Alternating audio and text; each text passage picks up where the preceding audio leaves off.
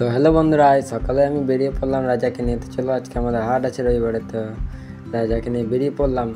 তো সকাল সকাল চলো, আজ সকালে বেরিয়েলাম, কেন এখন সকালে বাজার হচ্ছে, দুপুর দিকে অতটা বাজার হচ্ছে না রোদের কারণে, তাই আমি সকালে বেরিয়ে পড়লাম। আর বাবা এখন ঠাকুমাকে নিয়ে একটু কাজ আছে, তাই বাবা বসে গিয়েছে। তা গিয়ে নিয়ে বন্ধুগুলোর সঙ্গে দেখা হয়ে গেলো। তো বন্ধুগুলোর সঙ্গে কথা বলতে বলতে তারপরে একটু দাঁড়াইলাম নিজুরি মোড়ে। যেয়ে নিয়ে তো হয় না, যেন 3-4টে গাড়ি ছিল ওদের বেরোনো বাদে আমি তোমার 4জনকে পেয়ে গেলাম। তো 4জনকে নিয়ে আমি বেরিয়ে পড়লাম রঘুনাথপুরের দিকে। তো এদেরকে রঘুনাথপুর পৌঁছাইতে চলে গেলাম। তো দেখতে পাচ্ছি আজকে অতটা ছাগল গরুর উপদ্রবটা ছিল না।